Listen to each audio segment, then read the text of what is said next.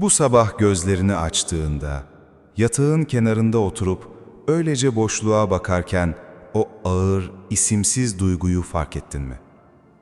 Dışarıdan bakıldığında her şey olağan görünüyor. Aynı oda, aynı eşyalar, dışarıda akıp giden aynı telaşlı hayat. Ama sen aynı değilsin. İçinde, göğsünün tam ortasında adını koyamadığın bir sızı, ince bir boşluk hissi var. Aynaya bakıyorsun ve gördüğün yüze yabancılaşıyorsun.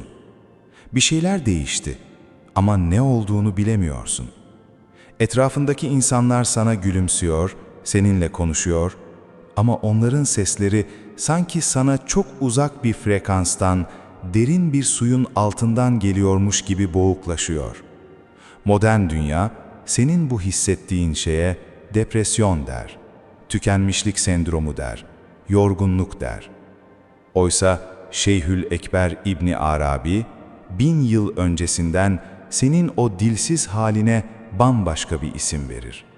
Sen hasta değilsin, sen çökmüyorsun. Sen kendi içindeki o derin uykudan uyanmak üzeresin. Beni çok iyi dinle. Çünkü şu an burada olman, bu kelimeleri duyman tesadüf değil. Bugüne kadar belki hayatın silleleriyle, dışarıdan gelen darbelerle sarsıldın. İnsanlar seni kırdı, kapılar yüzüne kapandı, kayıplar yaşadın. O acılar seni dışarıdan yonttu. Ama şimdi bambaşka bir şey oluyor. Bu kez savaş dışarıda değil, savaş tamamen içeride. Hayatında her şey yolunda gitse bile, görünürde hiçbir büyük felaket yaşamasan bile, ruhun içten içe bir devrim yapıyor. Çünkü ruhun artık bu dünyanın o sığ, o yapay ve o oyalayıcı kalıplarına sığamıyor. Bir tırtılın kozasının içinde yaşadığı o karanlık ve sıkışık anı düşün. Tırtıl o an öleceğini sanır. Oysa o uçmaya hazırlanıyordur. İbni Arabi'ye göre, bir insanın ruhu derin bir uyanışın eşiğine geldiğinde, o insan bu uyanıştan tamamen habersiz olsa bile, içinde 4 şiddetli alamet baş gösterir. Bu alametler başlarda sana bir huzursuzluk, bir anlamsızlık ve bir acı gibi gelir. Ama hakikatte onlar, ruhunun kabuğunu kırmak üzere olduğunun o sarsılmaz işaretleridir. Şimdi, zihnindeki bütün o dünyevi gürültüyü bir kenara bırak. Kalbinin kapılarını arala ve o 4 alameti kendi hayatında aramaya başla. Birinci alamet, eskiden sana keyif veren, seni heyecanlandıran, uğruna uykularını kaçırdığın o şeylerin artık kalbinde bir yaprak bile kıpırdatmamasıdır. Geçmişe dön bir bak. Eskiden bir eşya almak için, bir makama gelmek için, bir insanı etkilemek için ne kadar çabalardın? Bir kafede arkadaşlarınla oturup saatlerce sohbet etmek, gülmek, eğlenmek sana nasıl da yeterdi. Ama şimdi garip bir şey oldu. O konu aklının ucundan bile geçmiyor. Şimdi o aynı masada oturuyorsun. İnsanlar kahkahalar atıyor, heyecanla bir şeyler anlatıyorlar. Sen fiziksel olarak oradasın, yüzünde mecburi bir gülümseme var ama içinden sadece şunu geçiriyorsun. Benim burada ne işim var? İbni Arabi bu sarsıcı durumu şöyle açıklar. İnsanın nefsi bir alt katmandan bir üst katmana geçmeye hazırlandığında, dünyanın o geçici lezzetleri ona tıpkı kül gibi yavan gelmeye başlar. Çünkü İbni Arabi'nin dediği gibi, kalp doluysa yeni bir şey alamaz. Sen hayattan soğumadın. Sen sadece gafletin neşe sanılmasından yorulmuşsundur. Ruhun sana diyor ki, Bana daha derin bir besin ver. Bana gerçek olanı ver. Sen bir zamanlar hayalin zannettiğin o elbiseye artık sığmıyorsundur. Ruhun büyümüştür ve o sığ sular artık senin o okyanusa açılmak isteyen kalbini kesmiyor. Ruh, gerçeğe yaklaştığında bedenin frekansı, yalanı ve boşluğu kusturur. Bu senin için ne anlama geliyor biliyor musun? Sen hissizleşmedin. Sen nankör de olmadın. Sen sadece geçici olanın o sahte parıltısına kanmayı bıraktın. Şimdi dürüstçe kendine sor. En son ne zaman o kalabalıkların, o sahte kahkahaların ortasında durup, kalbinin derinliklerinden gelen o muazzam açlığı hissettin? İkinci alamet, geçmişe duyulan o ağır özlem ve amansız bir iç muhasebe halidir. Özellikle geceleri, el ayak çekildiğinde, odanın karanlığında yatağına uzandığında, zihnin durmak bilmez. Yıllardır aklına bile gelmeyen eski bir günahı hatırlıyorsun aniden. Ya da 10 yıl önce yaşadığın bir olay, söylediğin bir söz, incittiğin bir kalp gelir, tam göğsüne oturur. Geriye dönüp bakarsın ve o korkunç soruyu sorarsın kendine. Ben bugüne kadar kimin hayatını yaşadım? Başkaları beni sevsin diye, beni onaylasın diye kendimden ne kadar ödün verdim? Bu sadece sıradan bir pişmanlık değildir. Bu tasavvuftaki adıyla münacaattır. Yani ruhun kendi kendiyle yüzleşmesi, hesap gününden önce kendi hesabını sormaya başlamasıdır. Bir vicdan azabı gibi değil de yumuşak ve sessiz bir davet gibi içine çöküyor. İnsanlar senin bu dalgın, bu düşünceli halini gördüklerinde "Neden bu kadar taktın? Geçmiş geçmişte kaldı." derler. Oysa anlamadıkları şey şudur: ruhun görmezden gelmeye çalıştığın lekeleri sana hatırlatmaya başlar. Ruhun üzerindeki o sahte maskeleri yırtıp atıyor. Yıllarca başkalarına uyum sağlamak için giydiğin o dar kıyafetleri çıkarıyor. Bu senin için ne anlama geliyor? Bu bir zayıflık değildir. Bu ruhun arınma çağrısıdır. Uyanmak üzere olan bir insan önce nerede uyuduğunu, ne kadar uzun süre uyuduğunu görmek zorundadır. O hissettiğin sızı, aslında kendi özüne duyduğun hasrettir. Gece başını yastığa koyduğunda, o sahte maskeleri çıkardığında, karanlıkta karşılaştığın o gerçek yüzünden korkuyor musun, yoksa nihayet ona sarılmaya hazır mısın? Üçüncü alamet, bitmek bilmeyen bir yalnız kalma arzusu ve derin bir sessizliğe çekilme ihtiyacıdır. Telefonun çalar, açmak istemezsin.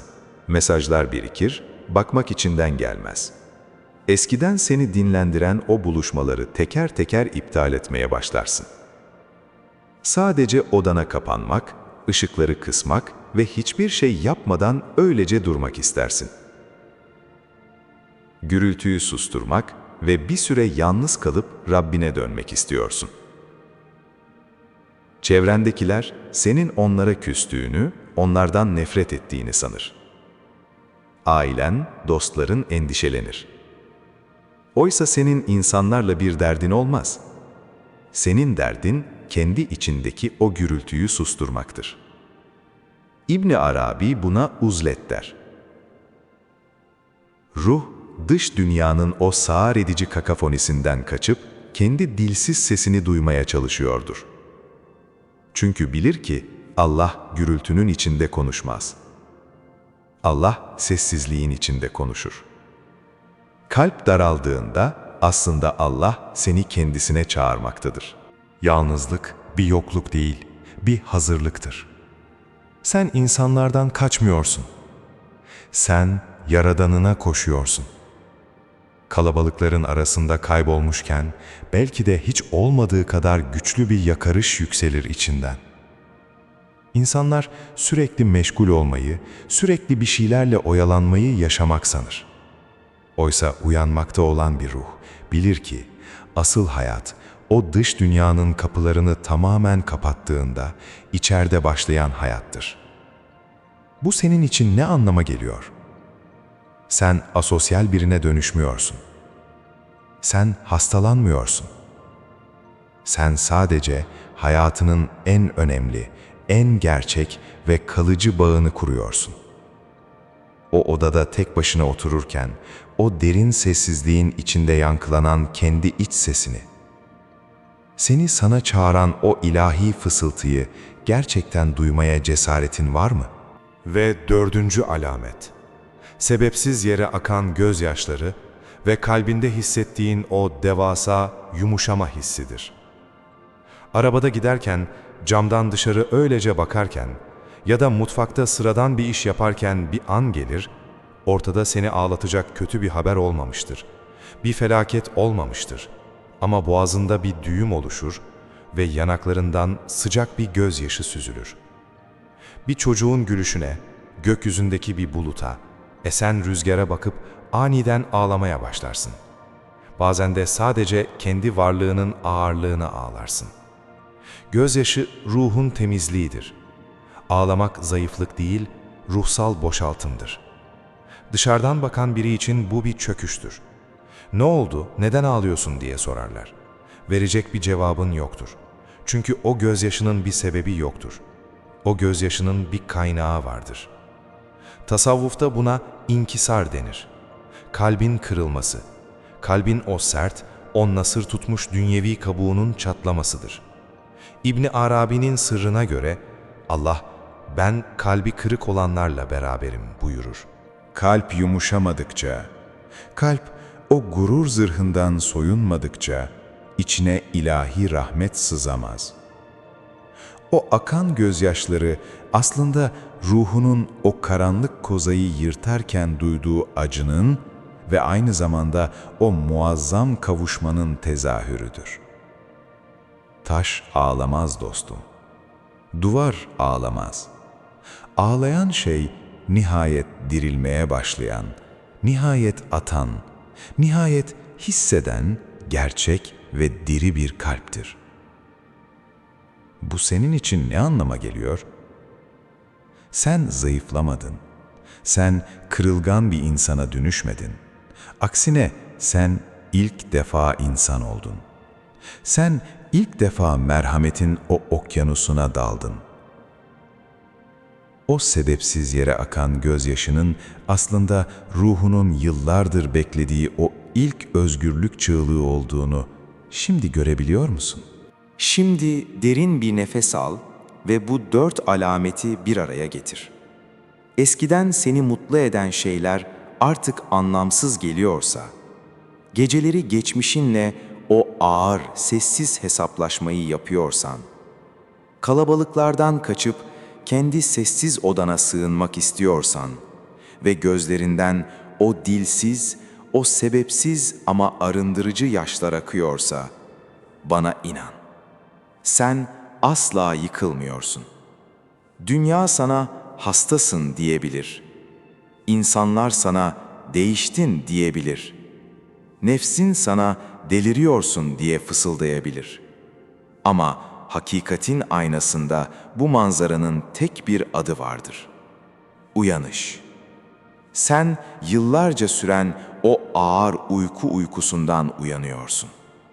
Kozanın içindeki o karanlık, o boğucu sıkışmışlık sona eriyor. Çatlaklar büyüyor ve o çatlaklardan ilahi bir nur içeri sızıyor. Bu bir son değil. Bu senin asıl hikayenin daha yeni başladığı o muazzam eşiktir. Bu süreçten korkma. Bırak ruhun o acıyı, o doğum sancısını yaşasın. Eğer bu kelimeleri dinlerken kalbinde bir şeyler titrediyse, bil ki sen o kutlu eşiktesin.